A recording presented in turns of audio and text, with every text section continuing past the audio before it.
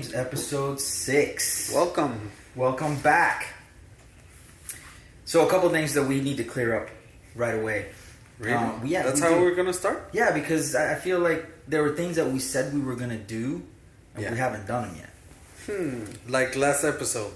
You were going to talk about D&D, and you never ended up talking about it. Right, we're going to talk about D&D, and then we were going to also talk about virtual reality. So we had 2 topics, actually, that we said that we were going to talk about. Never done it, yeah. And we haven't done it. So there's a reason why we haven't done the virtual reality show yet. And I think everybody needs to know what we're thinking, because we still want to do it. I still really want to do it. But the reason is, I was going to go get a VR headset that week that we said we were going to do it the next week. But I think we all realized that waiting for Black Friday to get a headset, or to buy anything, actually. Yeah, I don't have a headset. I can't talk about VR. Right. I've experienced it a couple of times. Here, we had a demo here at the agency. Yeah. When I went to E3, I did try it. Mm-hmm. But other than that, a couple more times, maybe one time that I went to LA to Sony Pictures, they had the PlayStation VR thing there, like a little station, so I tried it there. But I don't think that's enough experience for me to give an objective opinion about VR. And personally, being external to the VR thing, I'm a little bit, I don't know. I don't know I'm going to love it that much. I don't know if I'm going. Maybe if I get it, or when I get it, because I will eventually get it, probably this Black Friday. But I don't know. I feel like it's gonna be something that I'm gonna use for a couple weeks, like La Fiebre. Right. And then it's just gonna sit there. I hope that's not what happens. Yeah, me. But talking to JM, which is our buddy that used to work here with us, he's crazy about it. He's really crazy about VR. He loves it, and he has said that he spends more time watching other people use his VR than actually playing it, which is interesting. Well, because so first of all, you see what they're doing on the screen. So if you have it set up to your monitor, you can see what they're doing, and they're basically, and then you're watching them, basically dance around your living room. So it's kind of like a show to watch people do these things. Yeah. So anyways, so I just wanted to check the box. Among other factors. Right. I just wanted to check the box with our listeners to let them know that we are going to talk about virtual reality, but we want to experience it first before we start talking about it, for a lot of different reasons. Well, do we want to talk about kind of the topics that we have lined up for the following episodes, roughly? We have VR. Yeah, we have VR lined up, and then we also have art, the art of games lined up. So, for those who listened to that episode, we did a music one, right? And we have planned doing an art one, and for that one, we are planning having an actual artist, right? Not necessarily a video game artist, but a very good artist, right. A friend of ours and coworker, that's gonna join us in that episode. Yeah, he's an amazing artist, so he's excited to be on the podcast, which I think is awesome. I think the other thing which is really awesome is that he doesn't play video games. Exactly. So bringing him in and then talking to him about art and getting his perspective on digital, and then us giving him our perspective on how it affects us and how it affects games. That's going to be a lot of fun. It's like when we brought Tropic P in to talk about dating. Exactly. When she's like, I would never idea about games. Well, not that she doesn't have any idea about games, but she's like, I would never date a gamer. Exactly. And I was like, why not? So the entire time we were other topics that we have talked about and we want to do is the one that talks. We want to talk about gaming as a service, right? Which today we're talking about a company that's basically a gaming as a service developer. Right, they make awesome games. The episode today is all about Blizzard and BlizzCon, because BlizzCon actually starts tomorrow. So we wanted to check the box and let you guys know that we are going to talk about virtual reality, because we promised that. We are also going to talk about the art of games, because that's something that's really, really dear to us, and we're passionate. We're both passionate about that. We're both very visual, I think, gamers. And we're also, I am actually going to talk about, and I would like to dedicate an episode to talking about tabletop games. Yeah. Because tabletop games are a lot of fun. Again, I'm a dungeon master, so I spend a lot of time playing D&D as well. And it's just so much fun. There's so many games out there that people can play. Yeah. You don't have to have, you just buy the box and you can sit around a table, and even figuring these games out with your friends. You finally talked about D&D. I did it. I did it. I feel so great. So other topics also, we want to talk about psychology. Right. In children with video games, talking about the addiction, or are they addictive or not? Is it addictive? Is it good Is it or not to kids? And for that one also, we're going to have a guest that's an actual psychologist. Well, she's a PhD. Yeah. So she's a psychology doctor. So her perspective is going to be awesome too. It's going to be great. Yeah, so I feel really good. And she plays. Yeah, she plays games. She plays with me. I actually bought COD. Mm-hmm. Blackout 4 because I play with them. They're my friends from Houston. Right. And the only reason I bought that game is to play with them, to keep contact with them. That's how we kind of have our moments. Yeah, that's going to be really cool. So subscribe. So subscribe now if you want, if you're interested in any of those things. Yeah, also, if you're just in love with hearing Efkos and Manny just talk about their lives. Wow. You can just subscribe too if you just like feeling that way. Yeah. Don't be shy. Share it with your friends. It'll help us out very much. And if you don't like them, if you don't like the topics you're here, let us know. If you don't like the stuff we've already talked about, still subscribe. You're gonna be helping us. Still subscribe. Still bite the bullet. It's not gonna hurt us. Yeah, it's not gonna hurt you either. Exactly. It's just gonna help us. It's just a click. But again, BlizzCon. So BlizzCon 2018. It's like how the guy's gonna say it when Mike Morheim goes on stage. Yeah. So BlizzCon, what is it? Okay. BlizzCon is basically the convention for all of Blizzard's games. Now BlizzCon happens in Anaheim, and I actually had the pleasure of going to a BlizzCon already. I went to BlizzCon in 2013, so it's been a while already. 5 years. It's been 5 years. So, I mean, it almost feels like yesterday, but at the same time, so much has happened since I went to that BlizzCon that it feels like a lifetime ago. So, just as a reference, what was going on in Blizzard games back then? In 2013? So there was no Overwatch. No, there was no Overwatch. There was an idea of Blizzard doing a game, and it was called Titan. Oh, yeah. And everybody thought that Titan was going to be the next World of Warcraft. Yeah. I remember that. And I think what actually happened was that Titan got repurposed into what is Overwatch. And I think that was probably one of the best things Blizzard could have done. But is that a myth, or is that what actually happened? I mean, we all know that some characters were taken from Titan and to Overwatch. To Overwatch. We know that some of the concept art, the stories, they laid the foundation for a lot of things. I think that they didn't really know exactly what kind of game they wanted to make until they really started making it. And what they landed on was Overwatch. So I mean, they didn't really announce anything about Overwatch back in BlizzCon 2013. What I got to do at BlizzCon 2013 was I got to play the Crusader class for Diablo 3. So they announced the Crusader class for Diablo 3. They announced World of Warcraft Legion. So Legion was announced, and everyone went crazy over that. Of course, they announced a lot of different things. I think that at that point of Blizzard's development of games, the biggest thing that they were focused on right then and there, because they really, outside of that stuff, they didn't really have too much to announce, were the esports. And that's the part that I actually loved about the convention the most. Okay. So, BlizzCon has grown from really just being like a small part of the Anaheim Convention Center to taking over the entire convention center, and then even being extended out. Like, they've built other parts of the convention center to house all these people. they have a concert at the end of the convention center as well.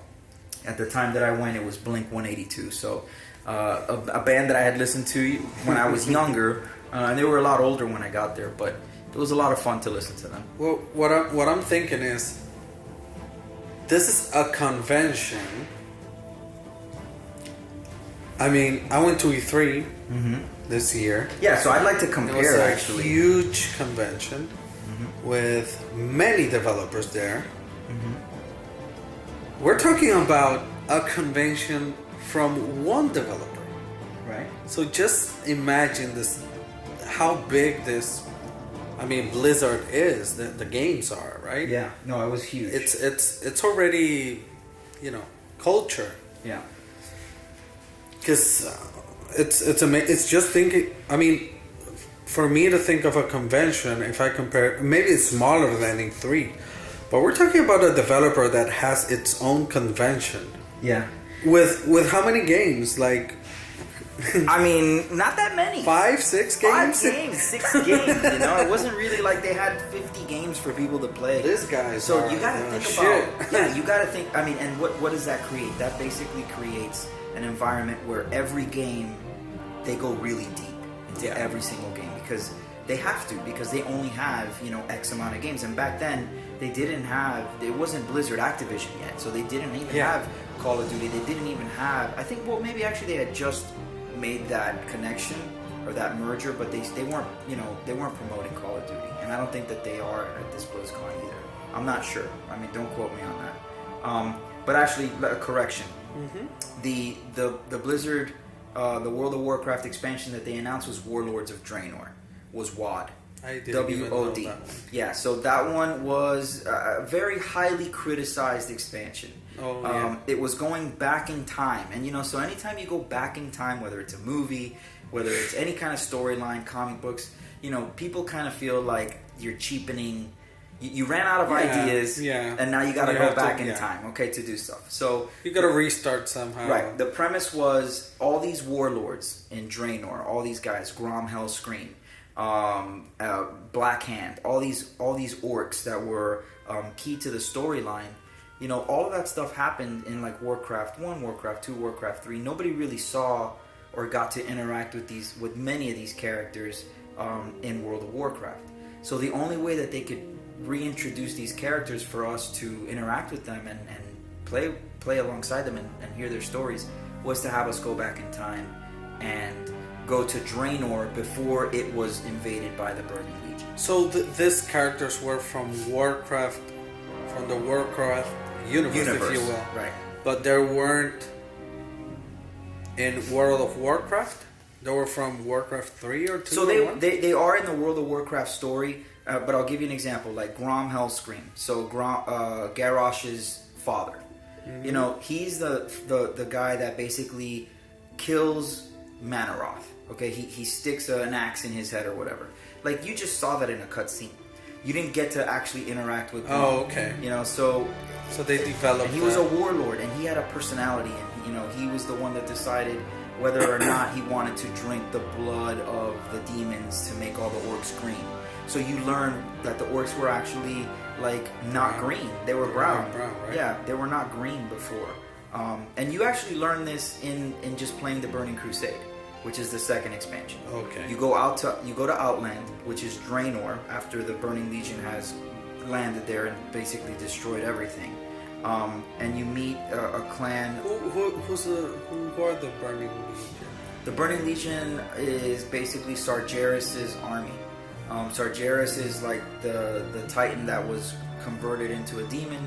Are those the undead? They're not undead. It's almost like these are the demons. You just have to think about them as the demons that conquer the galaxy. Because I remember in the first, I'm really sorry, and I gotta alert our audiences. I know very little about Warcraft, so this episode is on you. I'm gonna be making a lot of questions. So we have both sides. The experts could, listen to you, understand everything, but things that maybe our audience don't understand or don't know, Right. I'm gonna be that side because I'm gonna be making the questions. But let's be real. There are a lot of people that don't play WoW. There's a lot of people that don't like play me. Blizzard games. So it's good to have both perspectives. So, but where I was going is that I remember this trailer for World of Warcraft that had this huge kind of monster that was like made of rocks, and it had like yellow light coming off of it. Yeah. And then that was in the background, and then in the forefront there was like this kind of, like zombie-like creature, like an undead. I think it was. Oh, you're talking about the original Warcraft trailer. Yeah. The very first WoW trailer. Right. And then the guy kind of steps on the ground. Yeah. on the ground and starts burning. Mm-hmm. So that's the image I had in my head when you talked about the Legion that burned. Yeah. So that's a perfect example, because in that case, they are showing you a Forsaken warlock. Okay. So that warlock is part of the Forsaken, which if you play WoW, you know that the Forsaken, their leader is Sylvanas, and he summons an Infernal. So that's a spell that you can get in the game where you can summon an Infernal, which is a demon from the Burning Legion. Warlocks, that's what they do. They summon demons. They summon imps. They summon Voidwalkers. They summon Infernals. They summon Doomguards. They summon Succubi. Oh wow! Yeah, so that's basically their part of their job, and that's why the demonology tree is in the Warlock tree. They're like mages that said, you know what, we want to mess with demons because they give us so much power. Wow! So it's kind of twisted. But the Succubi, is it faithful to the actual succubus myth? It is a little bit. A lot of her spells This is a are demon like that will have sex with you. right, but I mean you're not. If you interact with her, she has a lot of very overtly sexual things, and a lot of her spells are like lashing kiss, and things related to that. That's cool. But I want to back up a little bit. Yeah, I want to back up a little bit. I was there at BlizzCon 2013, but I actually want to talk about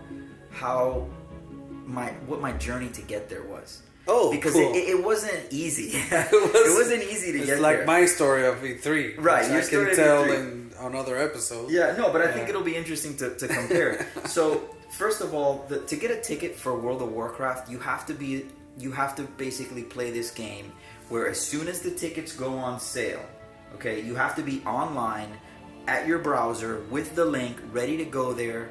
You're actually at the page where they sell the tickets. Refreshing. Just refreshing, right? You're refreshing. Now, there's a couple tricks for people out there that don't know how to do this. So I'm going to give you guys one of the tricks. And I think, since we don't have a massive audience, it's not like it's going to get out. And I'm sure people already know how to do this. But one of the tricks that you can do to make sure that you get in line to get a ticket. So once you refresh the page, the moment that the page goes live, at that moment, there's hundreds of thousands of people trying to get into the queue to get a ticket. That's basically what happens first. But you go to the page, you refresh it, then it gives you a drop-down menu immediately of how many tickets you want to buy. You instead of selecting the drop-down menu, just hit go, because it defaults to one ticket. Yeah, but for people who want to buy... Wait. Oh, okay. When you get to the shopping cart at the very end, you can add tickets. Oh, wow. So don't waste precious seconds, like literally 3 seconds, and you're finished. You're out of the line, and you don't make it. Yeah, and I've done this time and time again. I've always gotten a ticket when I've wanted to get them. And I've sold them before, because there's been times that I haven't been able to go to BlizzCon, and again, I've only gone that one time. How much is a ticket? So back then, the tickets were $175 and each now? ticket. I don't know. I think now they're going for $200 maybe, or $225. How many days? Back then it was I think it was 3 days. It was Friday, Saturday, Sunday. Yeah. So it was Friday, Saturday, Sunday. There was a virtual ticket that you could get through DirecTV. Okay? So back then it was a DirecTV BlizzCon pay-per-view. Oh. So you had to pay-per-view. Now the virtual ticket today works easily. You just get on your website and you see it. You don't have to go through DirecTV, which, we've evolved, right? Thank God. But check this out. So I was part of a guild back then, and we were, racing to kill bosses. What was the name of the guild? It was, at the time it was Realm Last. Okay. It was kind of like a joke, like saying that we were the last ones on the server, but we weren't. It was kind of like a, just us being. And what was your memers. nickname? Well, I was Manny Fresh. Yes. Yeah, I was Manny Fresh, the mage. Okay, which was awesome because I think people already knew me as that name for a long time, and at that point I had already been playing WoW for almost 10 years at that point. Wow. So it was a lot of fun to have that that history and take it with me to BlizzCon. I also purchased tickets for some other guild members. Okay. And I think it was really cool to just be able to go out there and like tell my guild mates, hey guys, I got BlizzCon tickets. Who's going? Yeah. And I started like this frenzy within my guild that was like, you know what? We should all totally go to BlizzCon and meet up there. And it was that part was really cool. I was able to go and actually find other tickets from my some of my guildmates on eBay. I found some other tickets. I help people get tickets on the net. So there's a couple of waves of tickets that they give out. So I got in on the first wave, but then there was another wave a couple of days after that. And I think that since I told people ahead of time and I told them how to do it, there were people that were able to get tickets as well. And but is there a limit to the amount of tickets you can get from the website that day? I think back then it was 4. So you could only get 4. So I went ahead and bought 4. I bought the max right away. And I went with, I went with my brother, my ex at the time, and I bought one other ticket for another guildmate at the time. And he paid me when I got there. And when you say you can look for them at eBay or some other stores or whatever, they're more expensive, right? The people obviously put a premium on them. Yeah, exactly. So these are people who buy those 4 tickets and start just to resell them. Yeah, they also resell the goodie bags. Market. It's a total black market, and it's a total. I mean, I hate to say this, but a lot of it is a scam. Oh, really? So yeah, I went ahead and bought a ticket through eBay for one of my friends. Never got the ticket. Oh, really? Never got the ticket. Which was really sad. So I had to go back through eBay, customer service, explain to them that I never got the ticket, which was messed up because they said, well, we can't give you the money back until after the event. Oh. So the event is, November 4th or whatever at the time, I think it was. So, I had to wait, and I had bought the ticket in April. So I had to wait till November, and then when I called them back then, they're like, "Oh, it's been more than 6 months since you bought this. How do we?" It was a huge mission. Well, I'm going back to the scale factor of this con, and is that for E3 this year. I mean, I don't really remember. I think it was JM and you that told me, "Oh, tickets went on sale." Yeah. And I just went online and bought the ticket like I'm buying something on Amazon. Yeah. And, we're talking about... You might think it's a bigger convention, right? I think E3 because it's bigger, just about the gaming industry. It's not just one developer. I mean, this is just about, what? Warcraft would be like 60% of the show. Yeah, I mean, it's the opening ceremony, then World of Warcraft, what's next? Then you have Hearthstone, which had just launched, okay? Which is about Warcraft. But it was a card battler, yeah. And we got to play it there on the floor, which was really cool. And then, some other stuff, like I said, the Crusader class had just been released for Diablo. Yeah. It hadn't been released to the public, so I was one of the first ones that got to play it on the floor.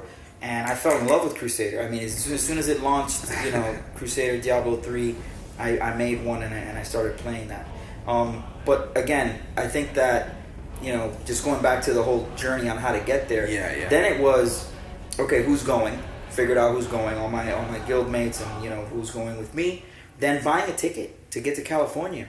Right? Oh yeah, buying which is expensive. Which is expensive. And then figuring out where what's I wanted to stay. What's going on? I mean, traveling from Miami anywhere in the U.S. It's getting more expensive. Kind of, yeah, it's crazy expensive. Like I hear people from other states and other cities, traveling within the U.S. is cheap. I mean, the tickets are way cheaper, but for us, for some reason, it's very expensive. Yeah, I mean, it was expensive. I paid. I'm not gonna lie. I'm pretty sure I spent. I don't know. I mean, I gotta say the whole thing probably cost me between the tickets, which were $175 a piece, Yeah. plus the tickets to fly over there, Yeah. plus the food over there, and all the things that I bought, I went crazy. The hotel. A hotel? Yeah, I mean, I stayed at the Hilton, which is the hotel where all the developers were staying at. Oh, and by the way, I that's figured so something cool. out, which was really cool, and I'll share this with everybody too. And if you've gone to BlizzCon or if you've been there before, you already know about this. But there's like a Blizzard party that happens at the hotel. Oh, really? Yeah, and I got to go to the party and hang out with. Did you cosplay? No, there's no cosplay at the party. It's just a bunch of people hanging out. Oh, you mean like at BlizzCon? Yeah. No, I mean I met a lot of really cool cosplayers though. They have the cosplay contest at BlizzCon. Yeah. And so they had some amazing outfits, amazing costumes. That's cool. Yeah. So the party. I'm sorry I interrupted. No, that's cool. So whatever. It was just a party. Like I mean, it wasn't like a big deal, but to be able to be there with Ghost Crawler as an example. Yeah. Like a lot of people say what you will about Ghost Crawler. He was one of the earliest game developers. A lot of people, have very negative things to say about him. Some people love him. I thought he was great. I mean, the game wasn't supposed to be perfect. All the talk about balance, I think Ghost Crawler's position was that maybe the game shouldn't be balanced all the time. Yeah. And I think you and I have had that conversation. Like, do games need to be super balanced all the time between all the classes and all the races? And then what does that do to the game if everything is the same? Well, the thing that I really hate about that comment is that usually it comes from a guy who wants to be a mage, but somebody else beat him. He didn't know how to beat him, and now the game is not balanced. So the game's broken. Or the game is broken because yeah. I didn't win this battle. Right.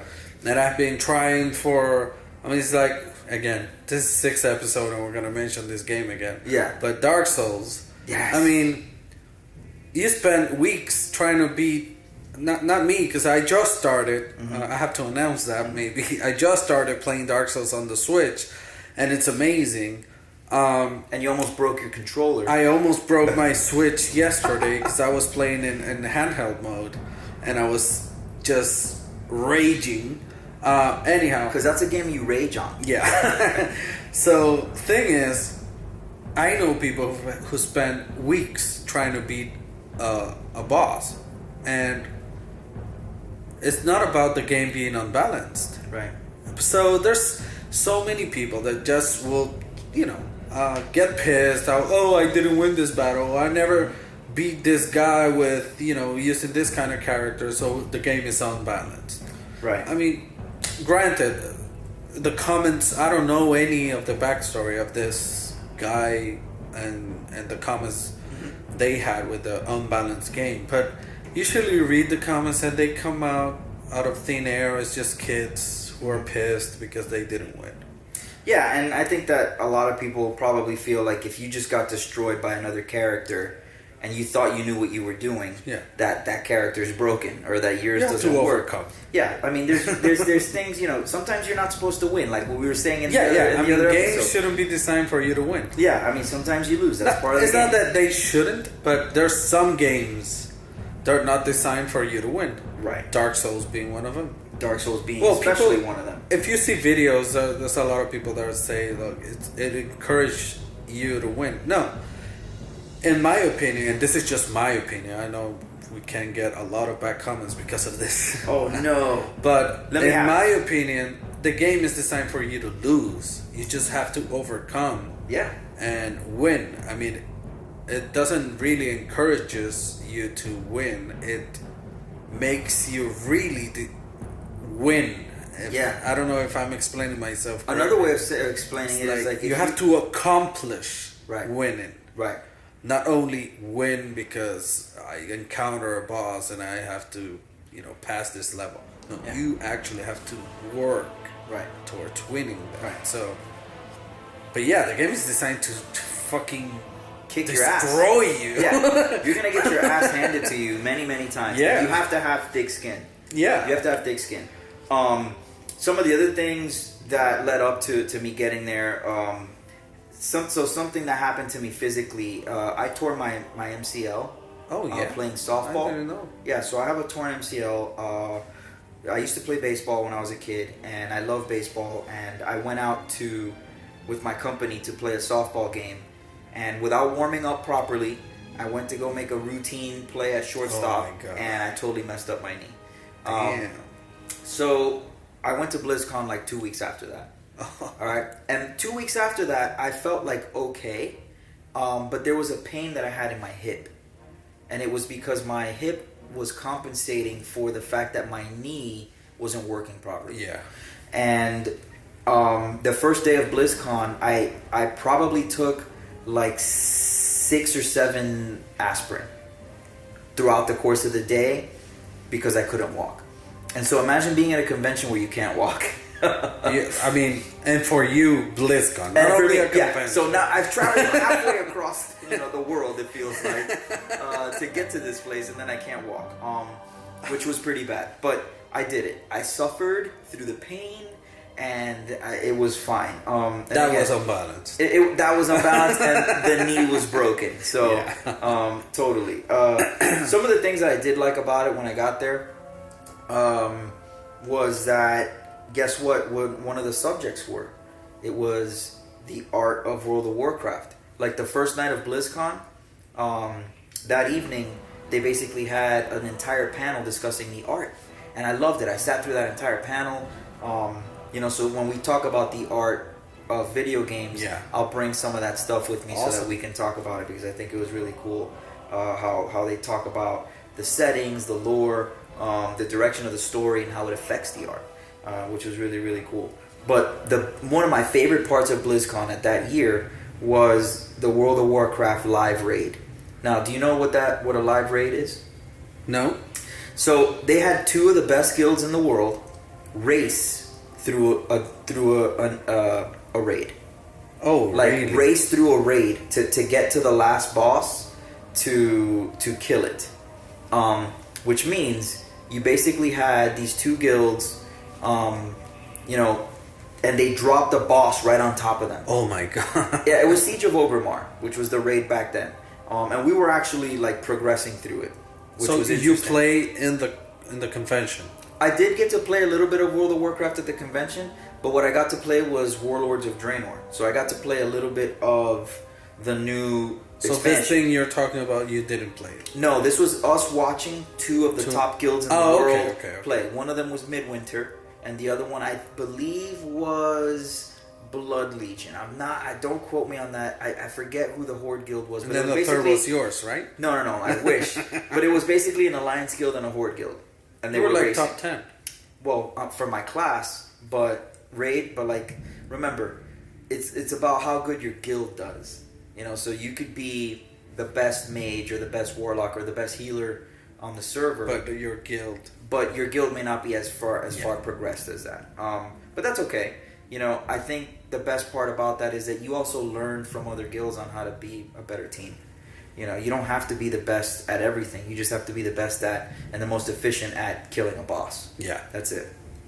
So we got to watch this raid, and we got to watch these 2 guilds race. And the developers are sitting right there in front of the screens, and they're doing random things to kill the raid. And it was like, I can't believe, it was so fun just to watch the raid react to How did that work? I'm lost a little bit. So the developers were there in the game? No, they were, obviously they're monitoring the raid, they're monitoring the progress. And you're watching different things happen as the guild moves along the dungeon and tries to kill the next boss. Yeah. But the boss is AI, if you will. Yeah, the boss is AI, but the abilities that the boss has, they're modifying that. Real time. They're basically controlling the bosses. Yeah, exactly. So it's not AI anymore. It's the developers were the.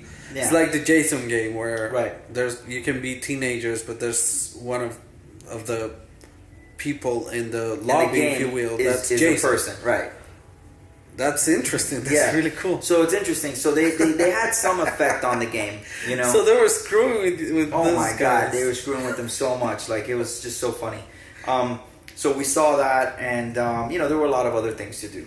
But I think that was a great experience for me. and it really grew my interest in the Blizzard universe. Yeah. It was really cool to just meet Even all more. even more. Like I was already hooked, you know. Yeah, And yeah. so just to be, you were there. I was hooked. I was there. But I think the biggest thing for me was just being able to go there and see all the people that work on the game behind the scenes.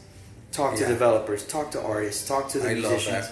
You know, just get their feedback. Just shake their hand, you know, and say, hey, you know, I really love what you guys are doing. You know, they would ask me, oh, what do you think about this? What do you think about that? And it was always fun to just interact with everybody. I mean, I wasn't afraid. Como se dice en español, no tenía pelo en la lengua. Like, I would just go up to people. If they looked like a developer or a game designer, I would just say hi. I got a chance to say hi to Tom Chilton, which was the lead game developer at the time. And he was just standing there, you know, waiting for a taco at a food truck. And I was just like, hey, Ghostcrawler, the same. He walked out of the convention center to go get some food. Yeah. And I was standing there, you know, with my little brother. And he goes, look, is that Ghostcrawler? I'm like, yeah. So I just said, hey, what's up, man? How you doing? You know, he's probably like, who's this guy bothering me while I'm trying to get a sandwich? But yeah, so it was cool. No, but that's cool, man. I mean, that's one of the things I wanted to do at E3. Mm-hmm. Unfortunately, it was only limited to the press. Mm-hmm. Or at least that's what I knew. So I couldn't. One of the things that I really wanted to do at E3 this year was to, you know, like get to maybe talk or meet or, you know, get to know developers and all that kind of stuff, because that's a lot of why I like video games, is development side of them. So I didn't get to that. Like I thought I was gonna go to a booth, if you will, and maybe there was going to be a developer there that I could meet and talk about the game and, you know, discuss the game and critique or whatever, but that didn't happen. And you didn't get a chance. It was more for press. There were like separate rooms, meeting rooms, and it was more of the press. What I did meet was a couple of YouTubers and influencers. Cool. And that was cool. That's right. You told me you met what was his name? Jake Baldino from GameRex. I met. I met him in the. It was actually not even a booth. It was outside the convention center. There was a store, PlayStation store. How did you meet him? You just walked up to him? Yeah, I mean, we were looking at toys and geeky shit at the PlayStation store, basically, that was there. And he was just next to me, and I looked to my left, and it was him. And we were kind of looking at the same aisle. And I was like, hey, what's up? And I told them that I watch, I follow them on YouTube. I also met Boogie. Oh, cool. That's right. You met Boogie. I met Boogie. And that was during my almost panic attack that I had there.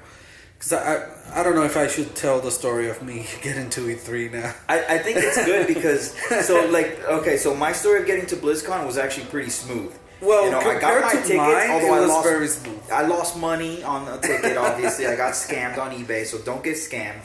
So the whole point of my story is, you know, if you can make it to BlizzCon, it's going to be a great time. It's a blending of the community, the gamers, and the developers, and everybody that loves Blizzard. Yeah. You know, so it's like such a great, positive environment.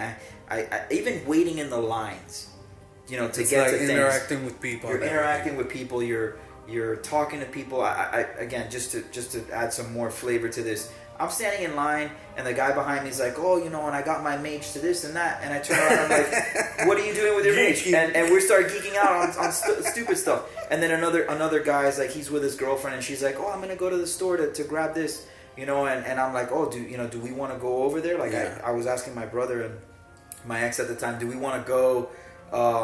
Do we want to go to the Blizzard store? At what point do we want to go there? Are they going to run out of stuff? Mm-hmm. You know, I came back with a Lich King skateboard. Okay, no, I'm sorry, not Lich King. Okay, so you finally finished Diablo, right? Yeah. Yeah. So do you remember the last boss of Act 1? The last boss of Act 1? Yeah. No, I don't remember. Well, it's the last boss of Act 1. like the first part of Act 1. I think it's I don't have that good of a memory. No, it's actually not the last boss of the whole act. It's one of the bosses. I remember Diablo. Yeah. I remember. Do you remember the Skeleton King? I remember Skeleton King. He's early on. Yeah. So I brought back. I have a skateboard of the Skeleton King. Oh yeah. Yeah, and that's part of the other part of the convention. That's awesome. Is the loot. You come back with so many things. You come back with gear, with shirts. I came back with toys. Exactly. I came back with everything. So yeah, the other thing is it's expensive. It's really so you have to save up for it. If you have to save up for it, I would. But so one day I'll should do it, right? It's worth. I mean, it's totally worth it. Especially if you're. I mean, I'm not even a Blizzard, gamer. I'm not a WoW fan. I've never. I mean, I played WoW a couple times. Mm-hmm. But I'm not a WoW player, and I played Diablo, and I went through the entire single player campaign and the Reaper of Souls and everything. But I don't consider myself like a Diablo player. But you play Overwatch too. I play a little Overwatch, but Yeah. I don't consider myself an Overwatch player. Yeah. If we were gonna talk about this games that people like that I do play and constantly play, the only one I could mention is Destiny. Yeah. Is the only game that when I'm not playing like a single player game, and because I like my games to have a beginning, middle, and end, and that's it. Move on to the next. Right. The only one that I go back to all the time, again as a gaming as a service game, is Destiny. I'm not, but even me not being a Blizzard player, I'm very much attracted to go into BlizzCon for some reason. I want us to go. Like, we have to make it a thing next year to try to make it to BlizzCon. We have to. Because it's just so much fun. It's just such a good time. And it's California.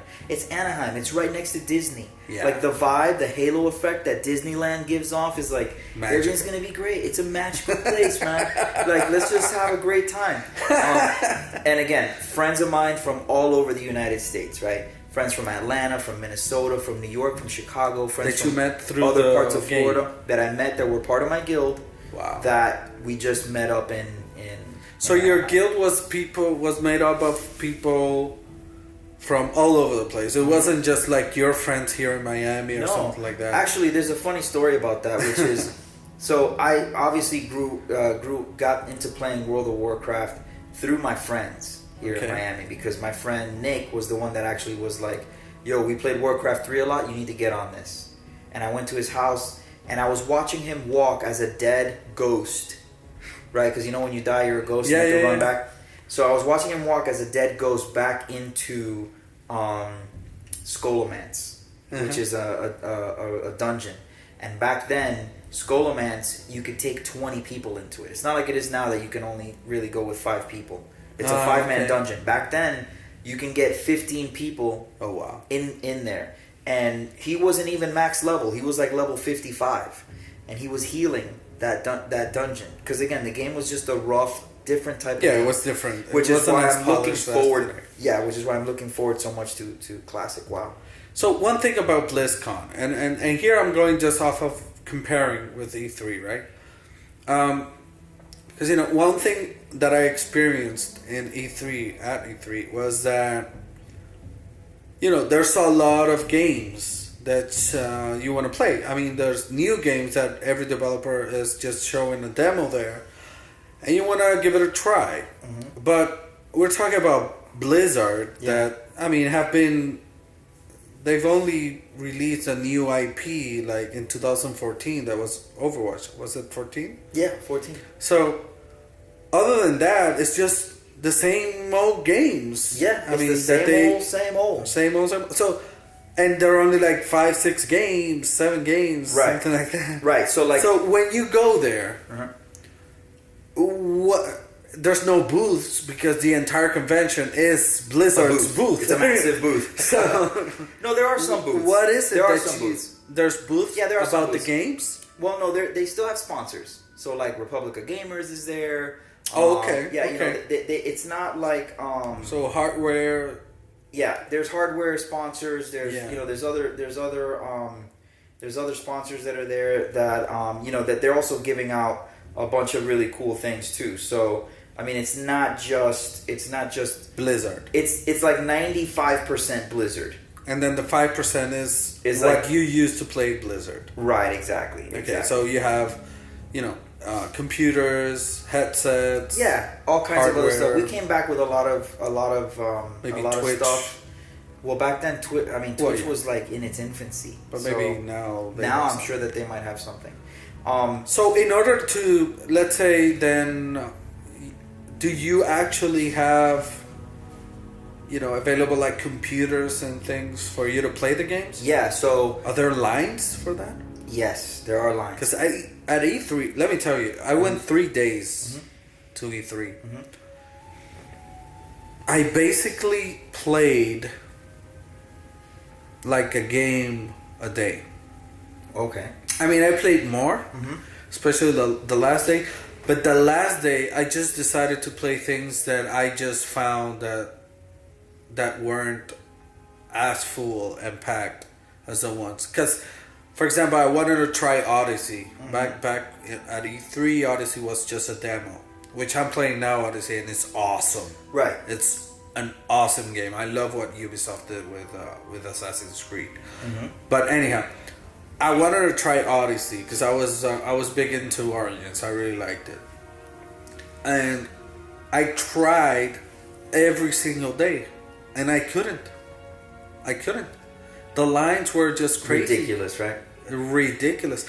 Like the moment I stepped into the E3, I don't remember. It was like the West Hall, I think it was. The biggest the booth that I had right in front of me was Tomb Raider. I'm like, okay, I'm big into Tomb Raider. I love Tomb Raider. I want to play this game. I went there, started the line. It was like 3 hours. No, the lines aren't that long at BlizzCon. Yeah, the lines are long. You'll probably wait. I mean, for my brother and I to play. So Hearthstone had launched on the desktop app already, and we had already been playing it for a while on the desktop app. But it was launching on tablet and on mobile that year, so they had it for us to play on tablet and mobile. They had tablets set up, and we waited in that line maybe 20 minutes, and my brother and I got to play, which was really cool. We could have waited again to play again, but we played a couple games actually, and then we walked away, to give other people a chance. With Diablo 3, the Crusader, I was sitting in a row, and there were about 10 computers open next to me. The line was moving. People were coming in and out, but it wasn't like I waited in that long more than I didn't wait in that line more than like 15, 20 minutes. Some of the lines were longer on at certain times than others. I took advantage of the fact that, like for example, there was a part of the schedule at that time, that I really was like not that interested in. I think it was the World of Warcraft, like the direction of the story or whatever it was going in. Like I had already read and I knew everything that they were going to talk about. So, and it's being broadcast everywhere. Yeah. So I was like, you know what? Let me just get in line and start playing some games. So I did that. So yeah, BlizzCon is definitely a lot more friendly when it comes to you trying out the games, testing out the games. And playing some games. One other, because again, I think sometimes I'm repeating myself. So there's only how many games? Like 6, 7, 8 games. I mean, they don't have a lot of games, and But the most interesting thing is that they're not new games. They're just old games. Like how many years since WoW was released? And granted, there's a lot of expansions after it, but they don't come out every year. So going to my question is, do they really have that? Do they really release that amount of content every year in order to have like a convention every year? Yeah, they do, and I'll explain to you why. So every game is constantly being updated. Now you can say, and there's people out there that will agree with this, that maybe Diablo doesn't have that many updates, but there's one. But there's no but that's why this convention, if you look at the schedule for BlizzCon 2018, it's the opening ceremony, And then the next thing that comes is story-wise or like update-wise is Diablo What's Next. You know, and we already kind of got a glimpse into what we know they're going to talk about. You know, they already posted it. They kind of said we're not going to talk about Diablo 4. There's no Diablo 4. Right. But so what is it that they talk about? That it's interesting to me, like. But there's so many ways they could take the game. They could talk about Diablo PvP. They could talk about a Diablo movie. I mean, it's not just about the game itself. It's about all of the properties and all of the characters and all the DNA that the game has and what they're doing. But that hasn't happened. No, that's going to happen in this BlizzCon. Well, yeah, but it's going to happen in this BlizzCon. But you know what I mean? It's like other than... Okay, Warcraft. Mm-hmm. They had the movie. Right. I think which, by the way, comics. They announced the Warcraft movie at BlizzCon 2013. Yeah. And everybody went crazy. When I was there, like, everyone was like, oh my god! And the movie was like, whatever. You didn't like the movie? I liked it, but I mean, I felt like... Yeah, let's not get into that. Yeah, let's not get into that. I mean, I didn't like it. It was entertaining to me, but... It was entertaining, it was entertaining to me because of the special effects, actually. Yeah. Because I was so blown up. I like Travis Fimmel. I think he's a great actor. Oh, okay. Yeah. Oh, yeah. He's a good actor. But anyhow, what I'm thinking is... Where was I? You were saying... I mean, you're saying that, you know, outside of, like, Diablo... What are they going to talk about? They had... Like Warcraft, they had the movie, so I guess that's content for the convention. There are books for Warcraft and all that. Are there comics? Yeah, there are comics. There are books. There are toys. There are figurines. There's clothing. I mean, but forget about products right now. The biggest part of BlizzCon is esports. Okay, that's the biggest part. And what are the games that are considered esports? The World of Warcraft Arena World Championships. Okay. So all of the tournaments throughout the year end at BlizzCon. Nice. So the Arena World Championships, the Heroes of the Storm finals, the Overwatch World Cup ends there, and you know the Overwatch stage is de pinga.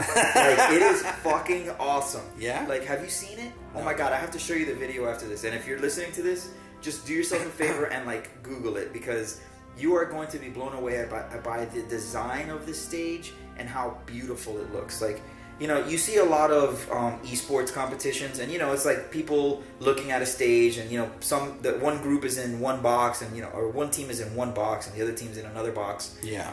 This is not like that. This stage is elaborate. It is laid out in such a futuristic, cool way, and the stage itself continues to evolve. It's really cool. Hearthstone Global Games Final. You know, I'm a big Hearthstone player. Yeah. The StarCraft World Championship Series Global Finals. And then there's also like a Mythic Dungeon, which is an invitational.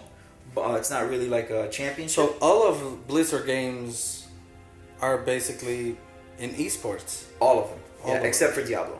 Except for Diablo, yeah. Right. So you remember Blackthorn? Of course I remember Blackthorn. That's like one of the first Blizzard games I ever played. That was the first Blizzard game I ever played, and I loved it. I loved Blackthorn. I was so much into Blackthorn. Did you play Lost Vikings? No. Oh my god, you need to play that game. I never played. Lost Vikings is I don't hilarious. even know what game is. So Lost Vikings is this game. It's a side scroller. Yeah. And the way it works is you have 3 characters that you're playing at the same time, basically. Okay. And they all have different abilities. One is a big, like, fat Viking with a shield. Another one is a little small Viking with an axe. And another one is kind of like the medium-sized Viking. And you have to use them to do different things. So, like, you take the big fat Viking and you set him up in a place where he can put his shield up, and then you activate the other Viking and you jump on his shield to get to the next spot. So you have to use all the Vikings to basically progress through the game. That's so cool. And yeah, it's an older game, but do they have content about that? About those old school games at BlizzCon? Lost Vikings are you can play the Lost Vikings in Heroes of the Storm as a oh, the characters? As a character, yeah. That's so cool. Yeah, so like, I mean... And Blackthorn? Blackthorn hasn't made it into any of the they should. Yet. Yeah, I mean, I think people have been asking for Blackthorn to appear, but I haven't seen him pop out anywhere. That's so cool. I mean, I think you can go to a section in their website that's like I don't know, archive or old games or classics, something like that, and you'll find those games. Right. You can actually buy them. Yeah. Oh yeah. Yeah. I mean, you can still buy a lot of those games. Again, so like for Blizzard, a lot of it is the esports. Overwatch esports, Hearthstone esports. World of Warcraft makes esports. sense now. The whole day I mean, more sense. surrounding the con, you're getting updates on the games that they have, but really the center of the convention center is almost dedicated entirely to the StarCraft stage, the Overwatch stage, the Hearthstone stage. And these stages are beautiful. The way that they set them up, the way that the crowd can interact, all the screens that they have set up, there's not a bad seat in the house, basically. I remember when the StarCraft 2 trailer came out. Oh my god, so good. Oh my god. That thing, I mean, I was happy, I was depressed. Again, I was so happy. I didn't play StarCraft. I wasn't a Blizzard gamer. Uh-huh. I wasn't even a big into games. I didn't have money back then. To have like a PC or a console, whatever. I barely had a TV. But I was in animation school. Right.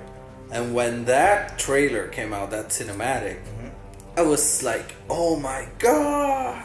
I mean, I was already a Blizzard fan because of their trailers and cinematics. Right. But when that came out, I was amazed. I was depressed. I'll never get to this level. Yeah. I mean, it was so amazing to me. I mean, the best StarCraft players, believe it or not, some of them, I think I've said this before, some of them are chess players. Oh, really? Yeah. I mean, when StarCraft first came out, because a lot of StarCraft is strategy, and you have to have a strategy going into the games, and the best chess players have strategies going into tournaments because they know their opponents, so they know what they need to do to beat them. Well, it's like Warcraft, the old school Warcraft, right? Like the RTS. Yeah, I mean, so that's really, really cool. Some of the other things that they talk about at BlizzCon, like they'll have a Diablo Q&A, where if you're in the audience, you get to ask questions about Diablo, about the game. I would guess that for every game they have that Q&A. They do. They have a lot of Q&As. Do they do presentations on development? Like, I know you mentioned that the developers are there and you can meet them or whatever, but do they do like the big presentations of, how they came up with the games, or maybe how they designed every character in Overwatch, if you will? Yeah, so in this BlizzCon, they're going to have how they created WoW Classic.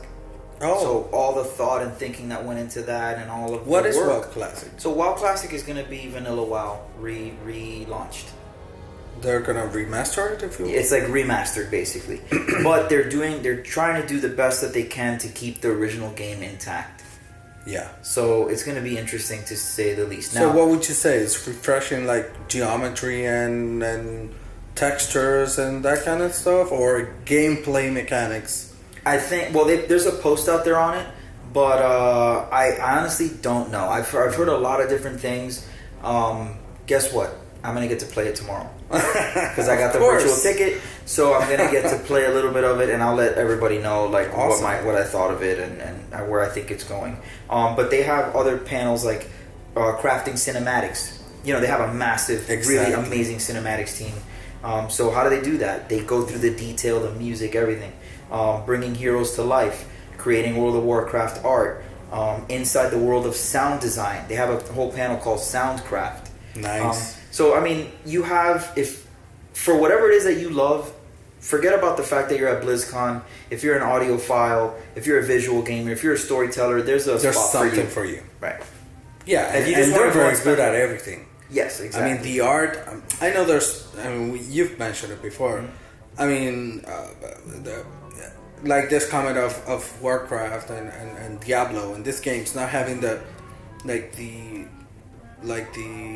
graphics are not like that advanced, like this other developers, this Santa Monica God of War or something like that.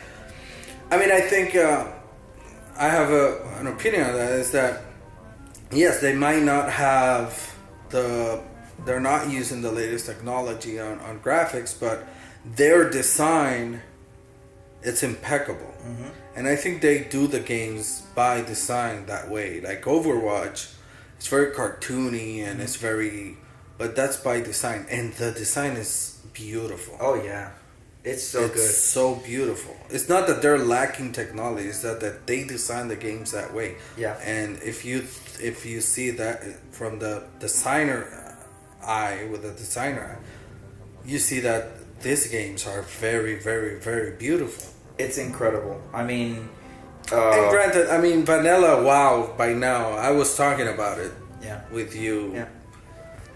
Vanilla WoW right now looks very dated. It does. But it doesn't. But it wasn't about the graphics. Exactly. I mean, okay. So back then, there was a limitation back then. So even back then, think about it. Even back then, the graphics weren't the best graphics. Yeah.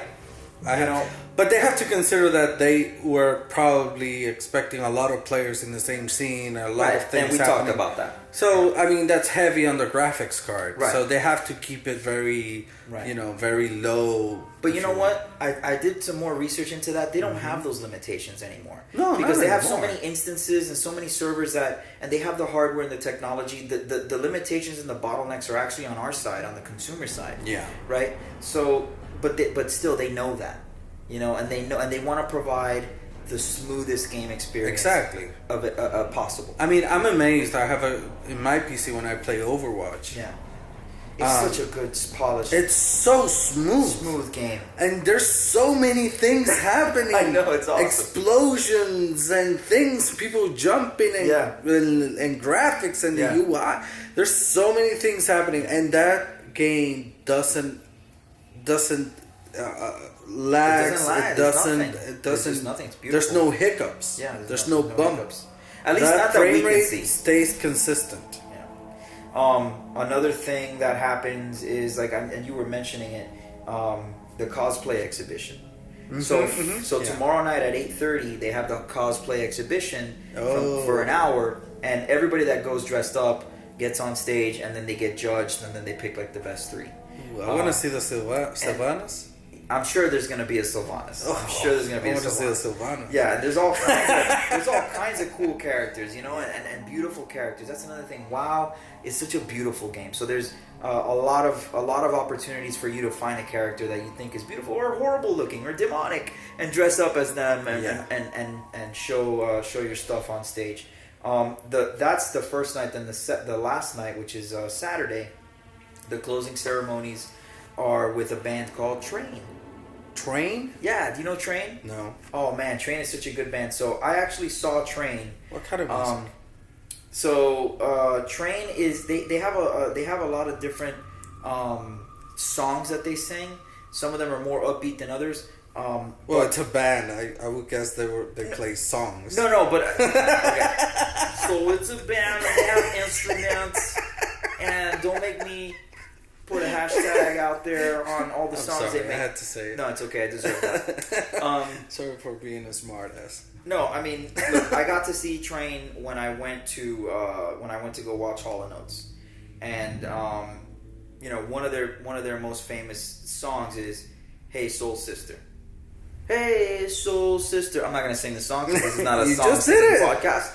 But they have a lot of really, really good albums. It's a California band.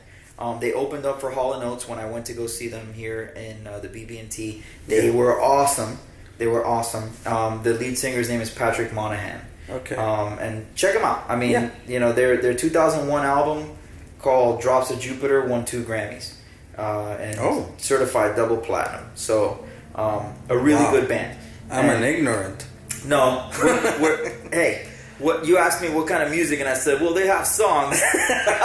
Well, I mean, this is a double platinum band that I haven't heard of. But that's okay. How much classic rock do you listen to? No, that's already 2001 is already considered. Nah, come on.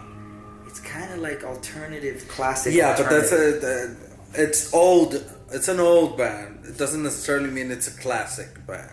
They're so classic.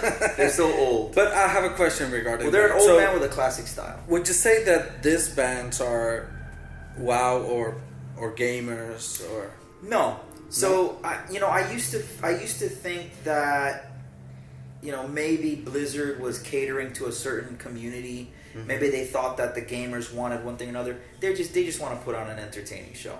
Yeah. They just want somebody. They're not going to go as niche as saying, we're going to get Lamb of God to come out here and and go crazy. Well, but my question is more about, let's say the Lamb of God are, I don't know how many members they are, but let's say there are 4 or 5.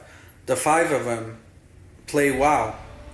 Right, the 5 of them play WoW. Exactly. So it makes sense to have them in the show, to close the entire event. Right. My question is, are these bands that close the event, do they play WoW? Do they play WoW? Do they play any? I don't know if they consider that.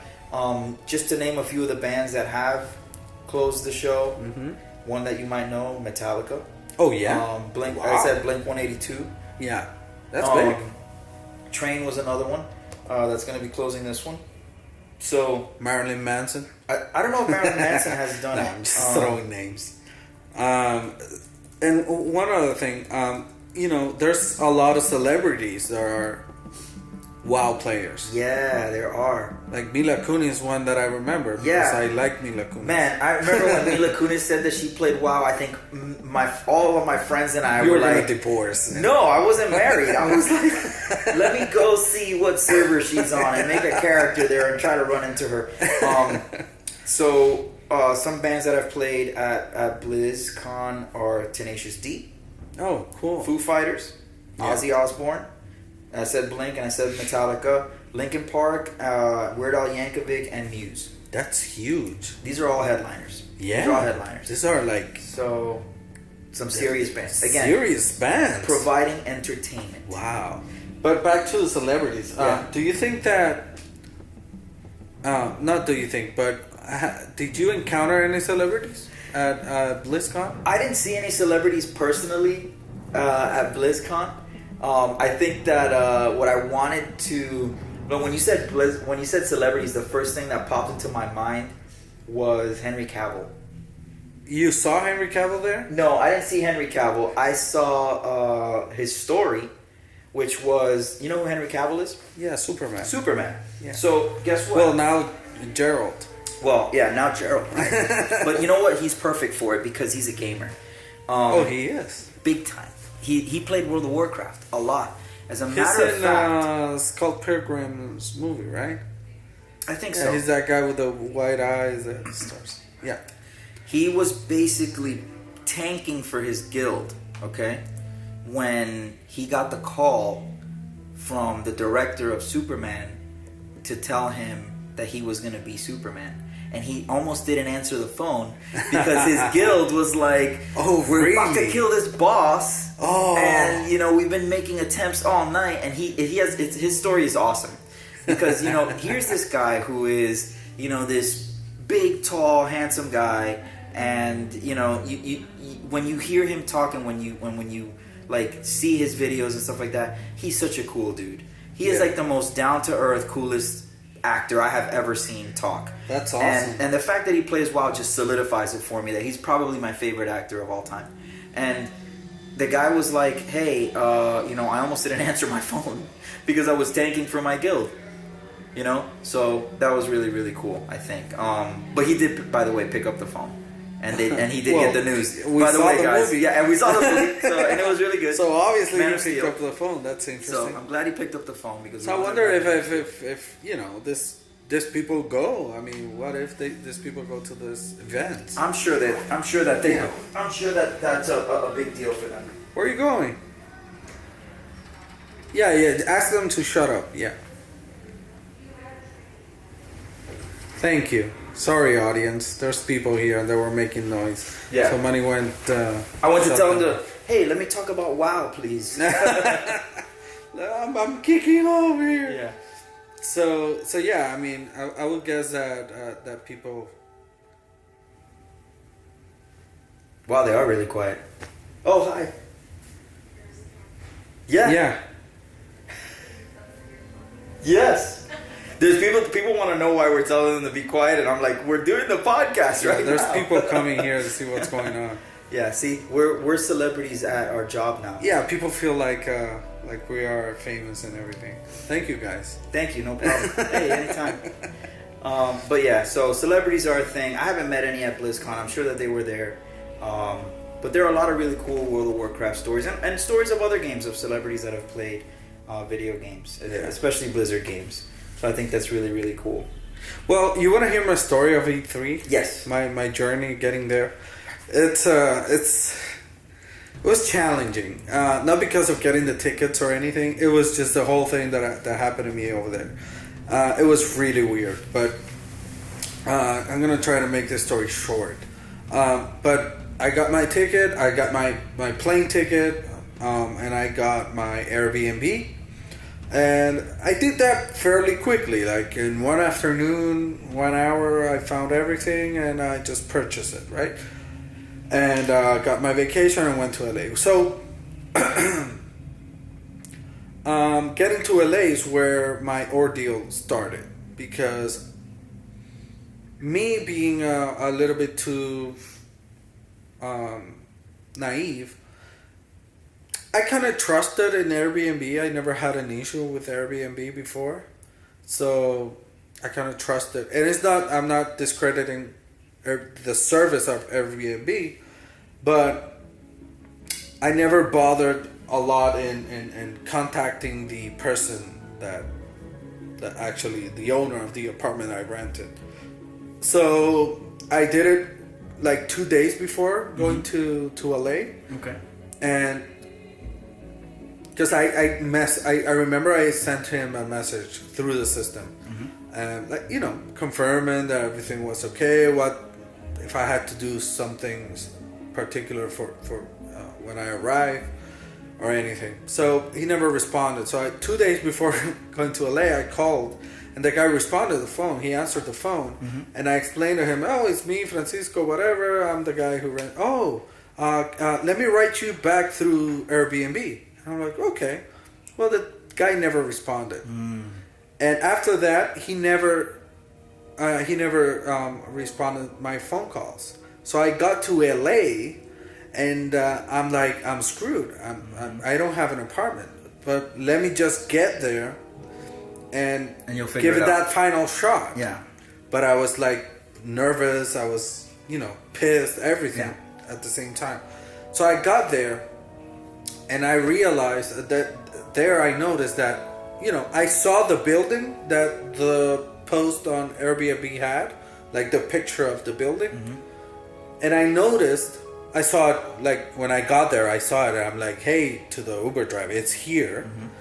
But he couldn't find the number, like, the number of the street. Yeah. He couldn't find it. And I was like, but this is the building. I'm looking at it in my Airbnb, in the app.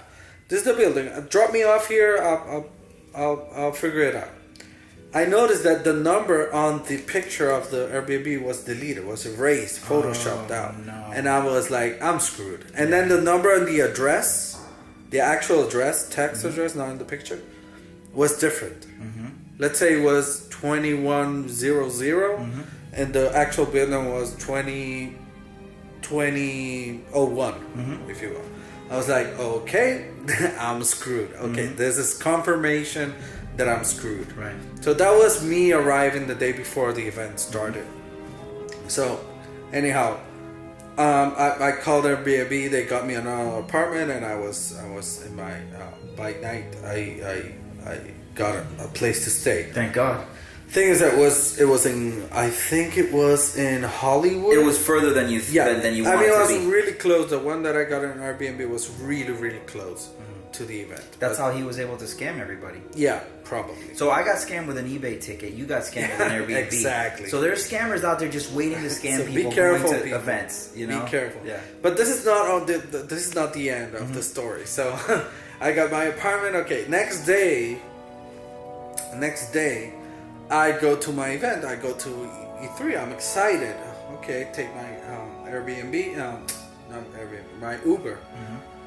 Got there, and when I'm making my line, and when I get into the place, there's like this person, like in like TSA in airports, screaming, "Have your IDs with you, like out, in order to get your badge." When I took out my wallet, I didn't have my ID. Oh no! I was like, "What?" Oh, you told me about this. That your ID mysteriously showed up. Well, let me tell the story. So, I was like, what is going on here? So I had my backpack. I started checking on my backpack. ID nowhere. Optimistic. I'm like, you know what? It's in the apartment. Maybe I dropped it or whatever. Or in another pants or something. So I went back to the apartment. Nowhere to be found. And I'm like, I was screaming with rage. Yeah. I was so pissed. Double whammy. No Airbnb, no license. So then, optimistic again, being optimistic, which I'm not usually very optimistic, but I was that day. I was like, you know what? Let me go to the event. Let me go to E3, to a convention. And let me just talk to the guy and tell him this is what happens. And they'll probably be fine and they'll give me my badge or whatever. Wrong. I got there and I told him the entire story. And he thought you were trying to scam him. yeah. And he told me, no, I can't print the badge. I'm sorry. I had this idea because I had the lady that cleans my apartment at my apartment the next day. And I had this idea of, well, let me ask her to send a picture of an ID. And I can, I lost my first day, but I can come in tomorrow. And I asked the guy right away. He said, yeah, if you bring me a picture that has an ID that has a picture of your ID, that has your picture, your date of birth, and something else, I don't remember, you're fine. And I was like, okay. I forgot to say that before this, I went to the airport, lost and found. Oh yeah, I went to Starbucks, a Starbucks where I actually called Airbnb to get me another apartment the night before. All of that, I went all those places, and this was only the morning. I mean, by the time I talked to this guy and asked him this, it was like 1 p.m. or something like that. I did all this during the morning, so. Thing is, I'm walking out. I just said, okay, I'm done. I'm gonna go back home, play some Switch, and then come back tomorrow with a photo of an Thank ID. God you took the Switch. There I found Boogie. There was when I was out there in that ordeal. That's why I was saying before that my mini panic attack that I was almost having. That's when I met Boogie. So I met Boogie. I took a picture with him and everything. Hopefully if he listens to this podcast eventually, hey Boogie, He'll be like, hey, what's going on? So anyhow, then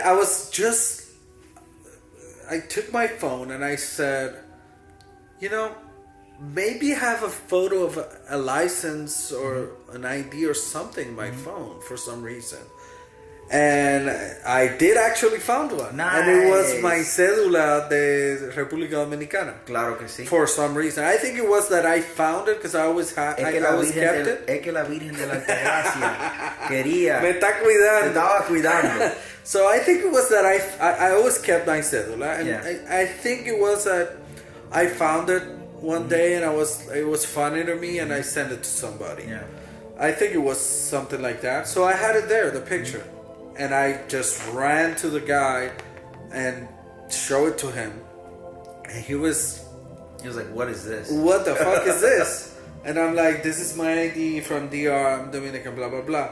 Thing is, what was confusing to him was the date. You know that in Spanish... It's backwards. It's backwards. The month first, the year, Exactly. the day, and then the year. So it was confusing to him, so I had to explain it to him.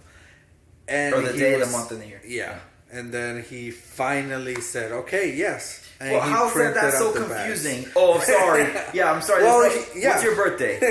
September 24th. Yeah, there aren't 24 months in the year, exactly. bro. Exactly. Oh my God, they were just giving you a hard time. Yeah. But, So you had a rough time, man. Oh yeah. I'm but so sorry. I was so stressed by the time I got into the actual convention center. But yeah, I mean, I think that's a great story because it highlights like a lot of things that could go wrong. Yeah. Almost everything that could go wrong Well- went wrong, with the exception of the fact that you actually got to go in. I've heard stories where people have Can't. to turn around and go back home. Yeah. You know, and those are the worst stories. And one thing is, this is the mystery of all this story. Sorry. Oh yeah, the mystery. This is the mystery, which I know about. Yeah, you know about because you mentioned it. The ID I found Well, actually, from LA, I went online and ordered a replacement Right. for my license. So by the time I got back, I think I already had it in the inbox.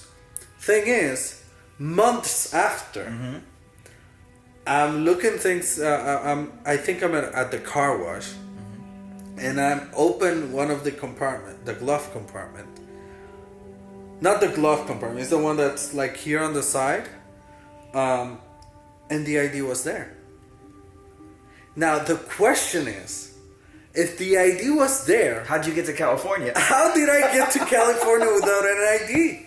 That's the mystery that we don't know. I have no clue. Because how TSA checks licenses. Exactly. You know, so it's weird. I have no clue how There's it a went loop through in the TSA system. We need to figure it out. and got into a plane. I don't know. That's the Es que mystery. la Virgen de la Altagracia quería que tú te montara en ese avión. No, porque me quitó el ID. But then at the end, she was like, you don't need your ID. It was weird. If you have man. any suggestions or ideas Yeah. of what could have happened, let us know. Yeah, we're all ears. We're all ears. So anyhow, I think that's all we've got for today. Yeah, so that's our little convention talk. Again, what we want to do next couple of episodes, we're gonna wait for Black Friday to get the headsets so that we can then do the VR episode. But the very next episode is gonna be an episode focused just on art, and we're gonna have Oscar come in, Oscar Alonso, and talk to us about art, and then partake in the whole conversation of the art of video games. Awesome. So that's gonna be awesome. That's gonna be awesome. Thank you guys for joining us, and this is Manny Fresh Peace out. and F Coast. Peace out. Peace. Peace out. Peace. Peace out. Peace. Peace out. Peace.